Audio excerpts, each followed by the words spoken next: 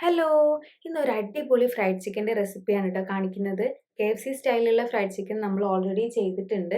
ഇത് Al Baik style സൗദിയുടെ famous ആയിട്ടുള്ള ഫ്രൈഡ് ചിക്കനാണ് അൽബേക്ക് ഫ്രൈഡ് ചിക്കൻ. ആ റെസിപ്പി എങ്ങനെയാന്ന് നോക്കാം. 1 കിലോ ചിക്കൻ എടുത്തിട്ടുണ്ട്. ഇത് ഞാൻ സ്കിന്നോട് കൂടിയിട്ടാണ് എടുത്തിട്ടുള്ളത്. നിങ്ങൾക്ക് സ്കിൻ ഇല്ലാത്ത ചിക്കൻ യൂസ് ചെയ്യാം ട്ടോ. മൊത്തം 8 പീസാക്കിയിട്ടാണ് ഇതിനെ കട്ട് ചെയ്തെടുത്തിട്ടുള്ളത്. ഈ ഒരു സൈസിൽ വേണം നമ്മൾ ചിക്കൻ കട്ട് ചെയ്തെടുക്കാൻ. ഇനി ഇത് ഇവിടെ മാറ്റി വെക്കാം. ഇത് 2 table spoon red chilli sauce ആണ്. ഇതിലേക്ക് 1/4 ടീസ്പൂൺ ഗാർലിക് പൗഡർ ചേർത്ത് കൊടുത്ത് നന്നായിട്ട് മിക്സ് ചെയ്തെടുക്കാം. ഒട്ടും ലംസ് ഇല്ലാതെ നല്ല രീതിയിൽ തന്നെ ഒരു സ്മൂത്ത് കൺസിസ്റ്റൻസി ആക്കി എടുക്കണം.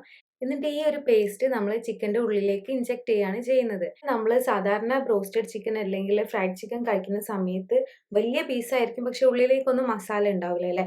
ആ ഒരു പ്രോബ്ലത്തിനുള്ള ഒരു സൊല്യൂഷനാണ് നമ്മൾ ഇങ്ങനെ ഇൻജെക്ട് ചെയ്യുന്നത്. ഇത് ഞാൻ ചെയ്യുന്നത് ഡിസ്പോസിബിൾ സിറിഞ്ച് യൂസ് ചെയ്തിട്ടാണ്.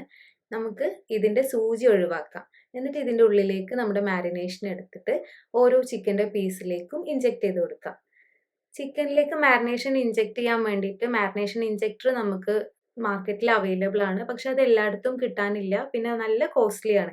അതിന് പകരമാണ് ഞാനിപ്പോൾ മെഡിക്കൽ ഷോപ്പിൽ നിന്ന് 10 രൂപയ്ക്ക് വാങ്ങുന്ന ഈ ഒരു സിറിഞ്ച് വാങ്ങിയിട്ടുള്ളത്. ഇത് അഫോർഡബിൾ ആണ്. അതുപോലെ തന്നെ എല്ലായിടത്തും അവൈലബിളും ആണ്. KFC സ്റ്റൈലിലുള്ള ഫ്രൈഡ് ചിക്കനേക്കാളും എനിക്കൊന്നുകൂടെ personal favourite Albaik fried chicken തന്നെയാണ് ട്ടോ. നല്ല മസാലയൊക്കെ ഉള്ളിലേക്കും പിടിച്ച് നല്ല ഫ്ലേവർഫുൾ ആയിട്ടുള്ള ഒരു ഫ്രൈഡ് ചിക്കനാണിത്. ഏറ്റവും നല്ലൊരു ഫ്രൈഡ് ചിക്കൻ്റെ റെസിപ്പി തന്നെയാണെന്ന് പറയാം. അപ്പോൾ എല്ലാവരും ട്രൈ ചെയ്ത് നോക്കണം ട്ടോ. ഇതുപോലെ തന്നെ ചിക്കൻ്റെ എല്ലാ ഭാഗങ്ങളിലേക്കും ആയിട്ട് നമുക്ക് ഈ മാരിനേഷൻ ഇൻജെക്ട് ചെയ്ത് കൊടുക്കാം. ഇനി വേറൊരു ബൗളിൽ 1 teaspoon garlic powder, 1/2 teaspoon cinnamon powder, പട്ട പൊടിച്ചത്, പിന്നെ 1 teaspoon ginger powder, 3 teaspoon paprika powder അല്ലെങ്കിൽ 1 ടേബിൾ സ്പൂൺ. പാപ്രിക്ക പൗഡറിന് പകരമായിട്ട് Kashmiri red chilli powder use ചെയ്യാം കേട്ടോ. പിന്നെ 1 ടീസ്പൂൺ നല്ല എരിവുള്ള മുളക് പൊടി, പിന്നെ ഒരു 3 ടേബിൾ സ്പൂൺ കട്ട തൈര്, അധികം പുളിയില്ലാത്ത കട്ട തൈര്, പിന്നെ ആവശ്യത്തിന് ഉപ്പും കൂടെ ചേർത്ത് ഇത് നന്നായിട്ട് മിക്സ് ചെയ്തെടുക്കാം. ഇത് നന്നായി മിക്സ് ചെയ്ത ശേഷം ഇതിലേക്ക് 2 ടേബിൾ സ്പൂൺ വിനീഗർ ചേർത്ത് കൊടുക്കാം. വിനീഗറിന് പകരമായിട്ട് നാരങ്ങാനീര് യൂസ് ചെയ്യാം കേട്ടോ. പിന്നെ 1 ടേബിൾ സ്പൂൺ റെഡ് ചില്ലി സോസോ ഹോട്ട് സോസോ യൂസ് ചെയ്യാം. എന്നിട്ട് ഈ ഒരു മാരിനേഷൻ നന്നായിട്ട് മിക്സ് ചെയ്തെടുക്കാം. ഇതാണ് നമ്മളിനി ചിക്കനിലേക്ക് പുരട്ടി കൊടുക്കുന്നത്. മസാല എല്ലാ സൈഡിലേക്കും എത്താൻ പ്രത്യേകം ശ്രദ്ധിക്കണം. ഇനി ഇതൊരു 4 മണിക്കൂർ ഫ്രിഡ്ജിൽ വെച്ചിട്ട് റെസ്റ്റ് ചെയ്യാൻ വേണ്ടി മാറ്റി വെക്കണം. മിനിമം 4 മണിക്കൂറാണ്. പക്ഷെ നമുക്ക് ഓവർനൈറ്റ് ഇങ്ങനെ ചെയ്തെടുക്കുകയാണെങ്കിൽ നല്ല ടേസ്റ്റ് കൂടുകയുള്ളൂ കേട്ടോ. അപ്പോൾ ടൈം ഉണ്ടെങ്കിൽ ഓവർനൈറ്റ് വെക്കാം. ഇനി ഇത് ഫ്രിഡ്ജിലേക്ക് മാറ്റി വെക്കാം. 4 മണിക്കൂറിന് ശേഷം ചിക്കൻ ഫ്രൈ ചെയ്യാനായിട്ട് എടുക്കുന്നതിൻ്റെ മുന്നേ ഒരു കോട്ടിംഗ് ഉണ്ടാക്കാനുണ്ട്. 2 കപ്പ് മൈദ വീതം 2 പാത്രത്തിലായിട്ട് എടുത്തിട്ടുണ്ട്. ഇനി അതിലൊരു ബൗളിലേക്ക് 1/4 cup cornflour, 1 teaspoon garlic powder, 1 teaspoon കുരുമുളക് പൊടി, 1 teaspoon red chilli powder, 1 teaspoon baking powder, ഇത്രയും കൂടെ ചേർത്ത് കൊടുത്തിട്ട് നന്നായിട്ട് മിക്സ് ചെയ്തെടുക്കുക. ഇതിലേക്ക് ആവശ്യത്തിന് ഉപ്പും കൂടെ ചേർക്കാം കേട്ടോ. ഇതാണ് നമ്മുടെ സ്പൈസി കോട്ടിംഗ് ആയിട്ട് വരുന്നത്. ഇതിനകത്ത് എരിവൊക്കെ നിങ്ങൾക്ക് നിങ്ങളുടെ ആവശ്യത്തിനനുസരിച്ച് ചേർത്ത് കൊടുക്കാം. പിന്നെ ഇവിടെ പ്ലെയിൻ ഫ്ലോർ എടുത്തിട്ടുണ്ട്. ഈ മൈദക്കകത്ത് ഞാൻ ഒന്നും ചേർക്കുന്നില്ല. ഇനി 1 കപ്പ് പാലിലേക്ക് 2 ടേബിൾ സ്പൂൺ വിനീഗർ ഒഴിച്ചിട്ട് ഇതൊരു 10 മിനിറ്റ് റെസ്റ്റ് ചെയ്യാൻ വേണ്ടി വെക്കാം. അപ്പം നമുക്ക് ബട്ടർ മിൽക്ക് റെഡി ആയി കിട്ടും. ഇങ്ങനെ 3 കോട്ടിങ്ങുകളാണ് ഇനി നമ്മൾ ചിക്കനിലേക്ക് കൊടുക്കാൻ പോകുന്നത്. 4 മണിക്കൂറിന് ശേഷം ചിക്കൻ എടുത്തിട്ടുണ്ട്. ഇനി അത് ആദ്യം നമ്മൾ പ്ലെയിൻ ഫ്ലോറിൽ ഇതുപോലെ കോട്ട് ചെയ്തെടുക്കാം. ഈ കോട്ടിങ് ഒരു ഏറ്റവും ഇമ്പോർട്ടൻ്റ് ആയിട്ടുള്ള സ്റ്റെപ്പാണ് കേട്ടോ. നല്ല രീതിയിൽ കുടഞ്ഞു വേണം കോട്ട് ചെയ്തെടുക്കാൻ. ഇനി അത് നല്ല തണുത്ത ബട്ടർ മിൽക്കിലേക്ക് ചേർത്ത് കൊടുക്കാം. അതൊന്ന് നല്ല രീതിയിൽ നനച്ചെടുത്ത ശേഷം നമ്മുടെ സ്പൈസി കോട്ടിങ്ങിലിട്ടിട്ട് നന്നായിട്ട് കോട്ട് ചെയ്തെടുക്കാം. ഈ കുടഞ്ഞെടുക്കുന്നതാണ് നമ്മൾ ലാസ്റ്റ് ഫ്രൈ ചെയ്ത് വരുമ്പോഴുള്ള ആ ഫ്ലേക്സ് ഇല്ലേ, ചിക്കൻ്റെ പുറത്തുള്ള ആ ഒരു ഫ്ലേക്സ് കിട്ടാൻ ഹെൽപ്പ് ചെയ്യുന്നത്.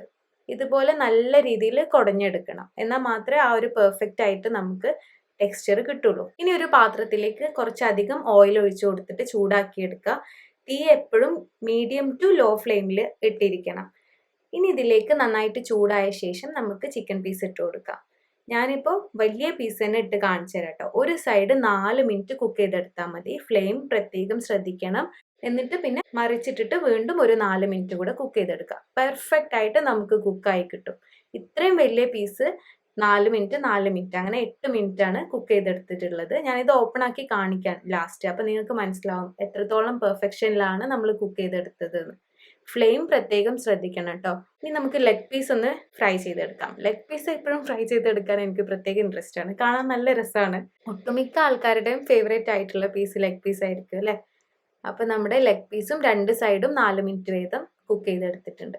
പെർഫെക്റ്റ് ആയിട്ടുള്ള ഫ്രൈഡ് ചിക്കൻ ഇവിടെ റെഡി ആയിട്ടുണ്ട്. ഇനി ഞാനിത് ഫ്രൈഡ് ചിക്കൻ റെഡിയാക്കിയ ശേഷം ഇതേ ഓയിലിലേക്ക് തന്നെ കുറച്ച് ഫ്രഞ്ച് ഫ്രൈസ് ഇട്ടിട്ട് ഫ്രൈ ചെയ്തെടുക്കുന്നുണ്ട്. ഈ ഒരു ഫ്രഞ്ച് ഫ്രൈസ് ഞാൻ ഉണ്ടാക്കിയെടുത്തിട്ട് ഫ്രീസറിൽ സൂക്ഷിച്ച ഫ്രഞ്ച് ഫ്രൈസ് ആണ്. ഇതിൻ്റെ റെസിപ്പി ഞാൻ ചിക്കൻ ലോഡഡ് ഫ്രൈസ് ചെയ്യുന്ന സമയത്ത് ഡീറ്റെയിൽ ആയിട്ട് കാണിച്ചിട്ടുണ്ട്. അപ്പോൾ കാണാത്തവർ ആ ഫ്രഞ്ച് ഫ്രൈസിൻ്റെ റെസിപ്പി കൂടെ ഒന്ന് കാണണം കേട്ടോ. അപ്പോൾ നമ്മുടെ super yummy Al Baik style broasted chicken അല്ലെങ്കിൽ ഫ്രൈഡ് ചിക്കൻ ഇവിടെ റെഡി ആയിട്ടുണ്ട്. എല്ലാവരും ട്രൈ ചെയ്ത് നോക്കണം കേട്ടോ. സൂപ്പർ ടേസ്റ്റാണ്. ഞാൻ ഇതിൻ്റെ ഉൾഭാഗം ഒന്ന് കാണിച്ചു തരാം.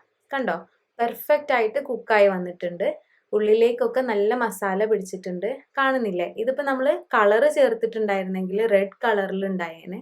പക്ഷെ നമുക്ക് കളർ ഇല്ലാതെ തന്നെ ഒരു ബ്രൈറ്റ് ഓറഞ്ച് ഷെയ്ഡിൽ കിട്ടിയിട്ടുണ്ട്.